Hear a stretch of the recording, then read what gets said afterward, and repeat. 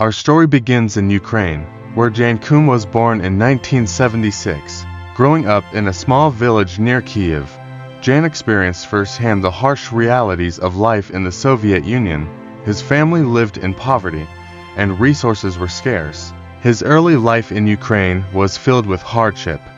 At the age of 16, Jan and his mother immigrated to Mountain View, California, in search of a better life, leaving behind his father. Life in the U.S. was far from glamorous.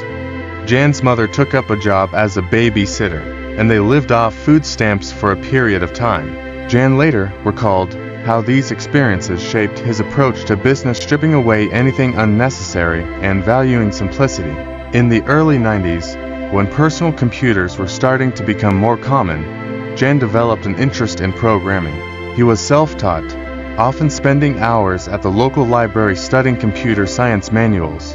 His tenacity eventually led him to enroll at San Jose State University, where he met Brian Acton, a seasoned software engineer working at Yahoo. Brian Acton, in contrast to Koum, had a more conventional path. He was born in Michigan, attended Stanford University, and joined Yahoo early on in his career. Acton's experience at Yahoo gave him insight into the internet's growing role in communication and advertising. Koum and Acton worked together at Yahoo for nearly a decade, where they shared a mutual frustration with the intrusive nature of digital advertising. Both felt that the internet was becoming too focused on monetizing user data rather than providing a seamless and private user experience. This shared philosophy would later become the backbone of WhatsApp. In 2007, both Koum and Acton left Yahoo. They decided to take a break and traveled around South America, but by the time they returned, the financial crisis had taken its toll on the job market, and their next move wasn't immediately clear. After several unsuccessful job applications, including being rejected by Facebook, the seeds for WhatsApp were unknowingly being planted. In 2009, Jan Koum purchased an iPhone and immediately recognized the potential of Apple's App Store. He saw an opportunity to create a simple, ad-free messaging service that allowed users to communicate across different countries without the barriers of SMS fees. Koum wanted to make communication as seamless and private as possible. This vision was fueled by his disdain for advertising and the protection of users' privacy. Koum approached Acton with the idea, and together, they began working on the app. Initially, WhatsApp wasn't very successful. The app kept crashing, and it lacked many features. But Koum and Acton persisted, fine-tuning the app and eventually adding the revolutionary push notification feature. This allowed users to receive updates instantly, letting them know when someone was online or had sent a message. Word of mouth quickly spread, and WhatsApp began to grow rapidly, especially among international users.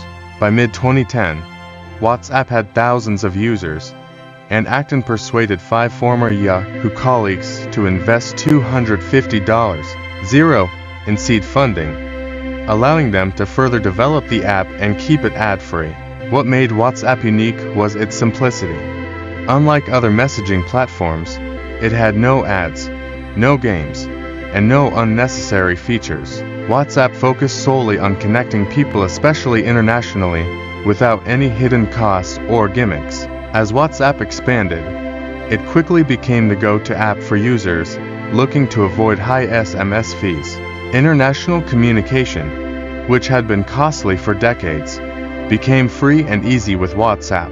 It wasn't long before WhatsApp's user base skyrocketed, growing into millions. The app spread across Europe, India, Latin America, and Africa like wildfire, thanks to its reliable messaging service and affordability. By 2011, WhatsApp was handling over 1 billion messages per day. Its success didn't go unnoticed. Investors were lining up to get a piece of the pie. However, Koum and Acton were determined to stay true to their values. They refused venture capitalists who wanted to monetize the platform with ads or collect user data. They believed in providing a service, not in exploiting their users' privacy. WhatsApp's meteoric rise inevitably caught the attention of Silicon Valley's biggest players, including Facebook, By 2014, WhatsApp had reached 400 million active users, making it one of the most popular apps in the world. Facebook, recognizing the potential threat to its own messenger service, approached Coombe and Acton with an offer. In February 2014, Facebook acquired WhatsApp for an astonishing $19 billion, one of the largest tech acquisitions in history. The deal was structured to ensure WhatsApp's independence, with a promise to remain ad-free. Coombe and Acton both joined Facebook's board, but their core values remained intact. The success of WhatsApp wasn't just about technology, it was about vision. Coombe and Acton had built a platform based on the principles of privacy, simplicity, and trust. Even after the acquisition, WhatsApp continued to grow, reaching over 2 billion users by 2020. The story of WhatsApp is one of perseverance and staying true to one's principles. From growing up on food stamps to building a billion-dollar app, Jan Koum's journey is a testament to what can be achieved when you combine vision with determination. For Brian Acton, it was about rejecting short-term gains in favor of long-term trust with users. In 2017, Acton left Facebook to pursue other ventures, and in 2018, Coombe followed suit, citing concerns over Facebook's approach to user privacy. Yet, despite their departure, WhatsApp remains a juggernaut in the messaging world. One of the core values that shaped WhatsApp's success was the founder's firm stance on user privacy. This wasn't just a business decision, but a deeply personal value, especially for Jan Koumbe. His experiences growing up in Soviet Ukraine, where privacy was non-existent and communications were often monitored by the government, greatly influenced his outlook on user data. From day one, Coombe and Acton were adamant about keeping WhatsApp free from advertisements and the prying eyes of corporations. They didn't want to bombard users with targeted ads or collect personal data, unlike many other tech companies. Instead, they believed that people should have a space where they could communicate freely and privately without being exploited for commercial gain.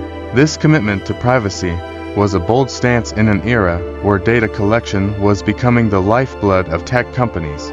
Coombe even famously taped a note to his desk that said, "No ads, no games, no gimmicks," to remind himself and his team to stay true to their core mission.